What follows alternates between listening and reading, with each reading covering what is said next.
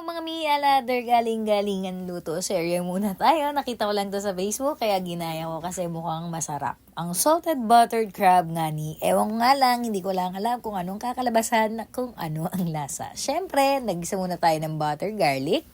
Yan. Tapos nung makita ko ng mapula, nilagay ko na yung itlog na pula. Ginaya ko lang to. Huwag kayong judgmental. Yan.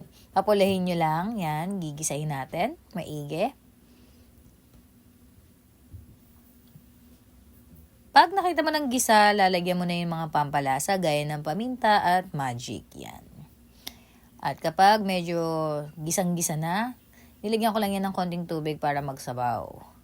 At syempre, pagka nakikita mo ng lutong-luto na yung pinaka butter at itlog, ilalagay na ngayon natin yung naburaot natin kay Ate Wena na alimasag. 70 pesos lang yan, kalahating kilo na.